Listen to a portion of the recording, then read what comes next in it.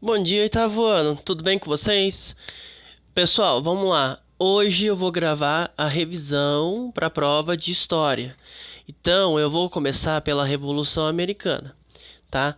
Aí, o que acontece? Na nossa aula online, que vai ser na quinta-feira, deixa eu ver. Isso. Eu termino as independências lá das Américas Espanholas, revisão. Revisão, tá? Então, assim, o que vai cair na prova? Revolução Americana e Independência das Américas Espanholas, tá? Isso que vai cair na prova. Então, voltando ao slide, se eu não coloquei na plataforma, eu vou pôr o slide para vocês lá, tá? Então, vamos lá. Revolução, colonização da América do Norte, né? A Revolução Americana. Beleza? Bom, o que foi então, né? Vamos lá. Para compreender um pouco melhor os fatores que possibilitaram a chamada Revolução Americana, que estouraria, né, nas 13 colônias americanas na década de 1770, é importante retornar ao século anterior e entender como se deu o processo da colonização dessas novas terras pela Inglaterra. E aí, na apostila, na página 286, vai estar falando, né, que o processo da colonização da América do Norte, né, ou seja, Estados Unidos, é um país situado lá na América do Norte, foi formado por meio da colonização inglesa. A região era habitada por muitos povos indígenas antes de ser ocupada pelos europeus, os quais, ao longo dos anos, né, passaram a estabelecer um sistema de domínio, ocupação e exploração do território. Tá? Então, aí ele vai estar mostrando lá quem eram as 13 colônias, né, que eram Massachusetts, New Hampshire, Nova York, Pensilvânia, Connecticut, Nova Jersey, enfim, né? E aí ia ter a divisão das colônias do Sul e as colônias do Centro e as colônias do Norte, tá? Bom, iniciando em 1607, na região da Virgínia, ele assumiria três formas diferentes: concessão de terras às companhias do comércio para exploração e implantação das colônias, a doação real a famílias nobres ou a da alta burguesia, e finalmente a colonização por grupos puritanos calvinistas, que ali procuravam criar uma nova sociedade. Contudo, os próprios processos de colonização diferenciaram bastante a região ao norte da região sul, tá? Quem eram as colônias do sul, então? Na página 287, na apostila também vai ter a definição da colônia do sul e da colônia do norte. Vocês podem acompanhar pelo slide ou pela apostila. Então, as colônias do sul foram de início habitadas majoritariamente, né, por aventureiros em busca de riqueza rápida, tá? Em 1649, com a deposição e execução do rei Carlos I da Inglaterra, na sequência da Guerra Civil Inglesa e proclamação da República sob Oliver Cromwell, antigos defensores da monarquia foram para essas terras, onde seriam grandes proprietários de terras e escravos. Isso geraria então em breve uma sociedade altamente hierarquizada, rural e conservadora, tá? Então é os sulistas, o pessoal um pouco mais um regime um pouco mais forçado. Nas colônias do norte era o oposto, né? Por sua vez, elas se tornariam então abrigo daqueles que fugiam, né, das perseguições religiosas, que organizariam então uma sociedade mais igualitária, uma coisa mais pacífica, né? E eles tinham é, como prioridade a educação, tá? Para eles era o que mais importava. Além disso, a própria natureza da chegada de tais colonos às novas terras tornaria sua sociedade particularmente independente das metrópoles inglesas, numa tendência que se espalharia para as colônias mais ao sul. Bom, então o que foi de fato a Revolução Americana? Né? Ficou conhecido como Revolução Americana, né? O que foi iniciado pela insatisfação colonial com o aumento da exploração colonial das 13 colônias da América do Norte.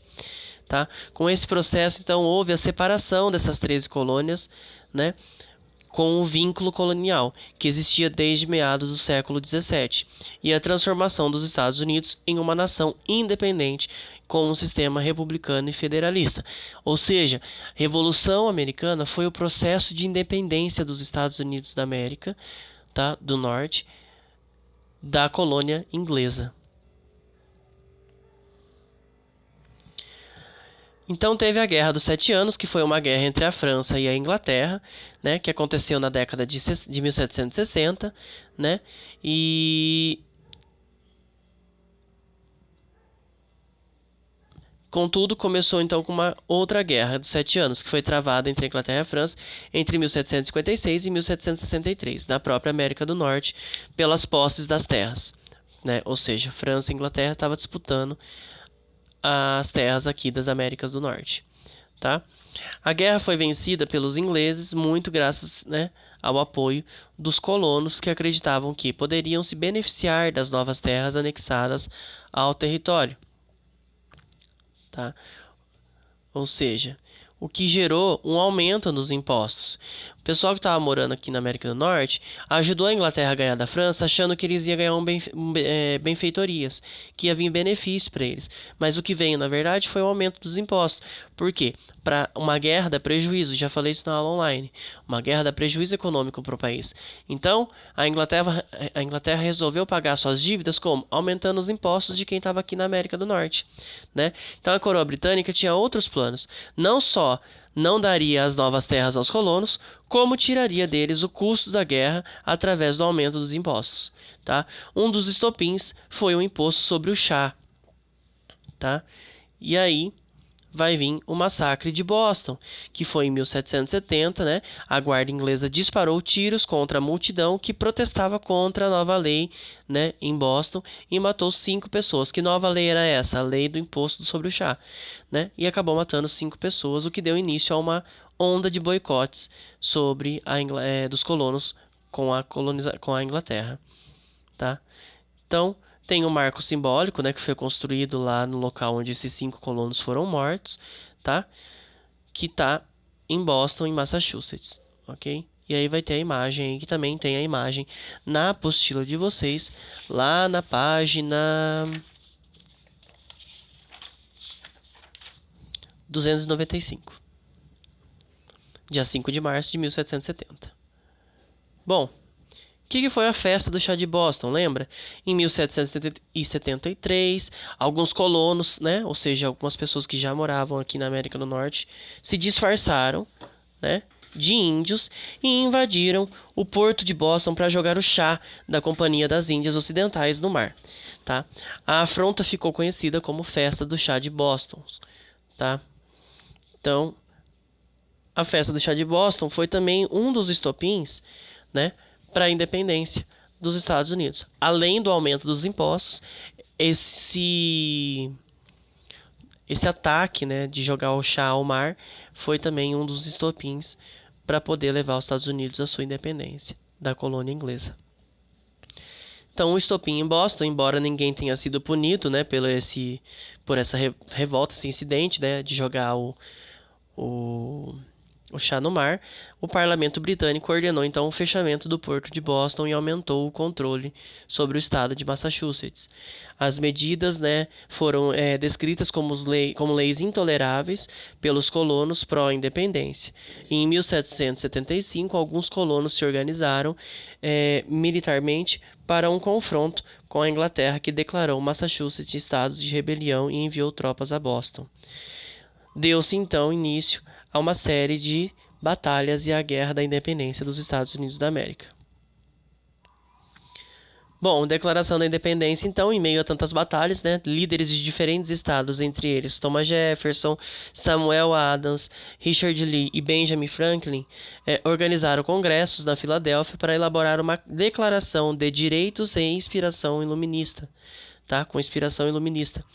No dia 4 de julho de 1776, durante o chamado Segundo Congresso Continental, redigiram a Declaração da Independência e criaram um exército colonial, que seriam comandado pelo George Washington para enfrentar os ingleses. Futuramente, então, George Washington virou, né, vem a se tornar o primeiro presidente dos Estados Unidos da América. Por isso que, já falei na aula online também, a Casa Branca está em Washington, D.C., por isso que Washington, D.C. é a capital dos Estados Unidos, tá? Em homenagem ao primeiro presidente. A assinatura da independência dos Estados Unidos, né? Mostrando então aí os Benjamin Franklin, né? George Washington e tudo mais. a foto da declaração que eu trouxe para vocês também.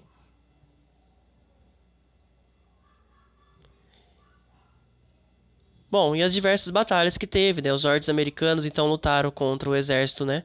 Um exército muito maior que o deles, muito mais bem preparado e sofreu, claro, bastante perda, bastante derrota, tá? Porém, eles não se deram por vencidos e em 1777 os colonos venceram os britânicos em Saratoga, Nova York, o que ajudou a atrair a França para a guerra.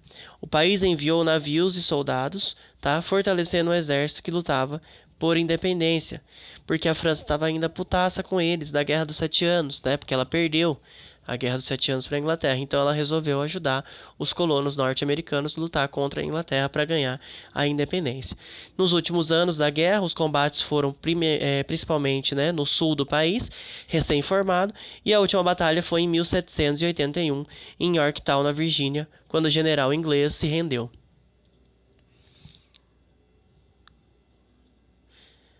Então tem a rendição das tropas inglesas na Batalha de Yorktown em 1781. Como eu falei para vocês, se vocês observarem a bandeira dos Estados Unidos, né, é parecida com o que é hoje. A diferença é que eles tinham apenas 13 estrelas na bandeira, que eram as 13 colônias, e hoje, se eu não me engano, acho que são 46 estados, se eu não me engano, tá? Então tem 46 estrelas na bandeira deles. Tratado de Paris, o que foi? A paz foi finalmente assinada em setembro de 1783 em Paris. Com o tratado, o Império Britânico reconheceu os Estados Unidos como um país independente. Tá? Em 1789, George Washington então foi eleito o primeiro presidente do novo país, que se estabeleceu como uma república presidencialista. Tá? Constituição dos Estados Unidos. Resultado, né, do processo da emancipação das 13 colônias, a Constituição dos Estados Unidos foi um longo discurso, foi logo discutida após a vitória contra a colonização dos ingleses. Nessa ocasião, então, eles tiveram a formação de duas facções, que ficou dividida entre federalistas e os republicanos. Tá? Interessado em buscar o equilíbrio entre as duas tendências, a Carta, então, né, constitucional estadunidense, acabou sendo formada por uma série restrita de artigos. Criada em 1787, o documento abriu caminho para que os estados norte-americanos tivessem autonomia para elaborar uma série de leis que viriam a tratar os assuntos de natureza mais específica. A Constituição foi ratificada por 11 estados a princípio. Apenas Carolina do Norte e Rhode Island não quiseram assinar no início, mas depois de muita conversa, eles acabaram concordando com o que estava escrito na Constituição dos Estados Unidos. Bom, os federalistas então pregavam o fortalecimento do poder central com o intuito de preservar a união política dos estados, né? Eles também eram os comerciantes que viviam em grandes cidades, acreditavam que um governo central deveria ter autoridade o suficiente para arrecadar impostos e manter a paz entre os três estados. Os federalistas, afinal, impuseram suas ideias, mas prometeram que acrescentariam uma Carta de Direitos na Constituição, assim que o novo governo fosse constituído. E os republicanos, né, acreditavam que a autonomia dos estados não poderia ser submetida a um único governo central. Temiam que um governo forte não respeitasse os direitos individuais dos cidadãos. Eram formados pelos proprietários de terras que não queriam pagar impostos para um governo que estivesse distante e não se importasse com eles. Bom, as características da Constituição dos Estados Unidos, né? Foi a primeira no mundo a usar a palavra povo, né, no seu preâmbulo. Então, nós, o povo dos Estados Unidos, a fim de formar uma união mais perfeita, estabelecer a justiça, garantir a tranquilidade interna, promover a defesa comum, bem-estar geral e assegurar os benefícios de liberdade para nós e para nossos descendentes, promulgamos e estabelecemos a Constituição para os Estados Unidos da América. Então, aí ficava claro, né, que o poder emanava do povo e não mais de um deus ou do rei, tá? E aí ao lado eu trouxe, né, a carta da Constituição dos Estados Unidos, We the People, nós somos o povo, tá? Enfim, pessoal, revisão da colonização da América. Assista esse vídeo, veja de novo o slide, leia o capítulo, início do capítulo, né, do capítulo 5. E depois na aula online eu vou fazer a revisão da Independência das Américas Espanholas. Beleza? Qualquer dúvida, manda mensagem para mim no ClassApp. Valeu, até mais. Tchau, tchau.